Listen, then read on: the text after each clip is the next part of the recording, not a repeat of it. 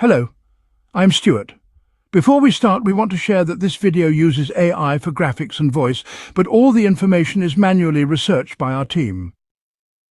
Here in the video, we will share the details for the Apex Legends error code 102154.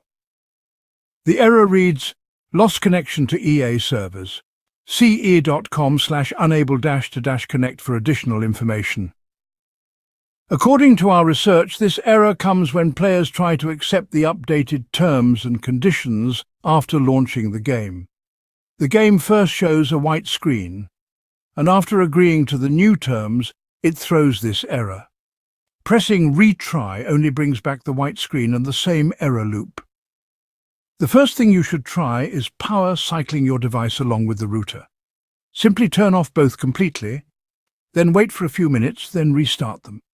After that, launch the game and check for the error. If the error still comes and you have more than one account, then try logging in with the other account to see if the issue is account-specific. If the error appears with the other account too, then we suggest you contact the game support for further assistance. Thanks for watching. This is all we have for the error. If this video helped, don't forget to like, share and subscribe. Have any questions or issues? Drop them in the comments below. See you in the next one.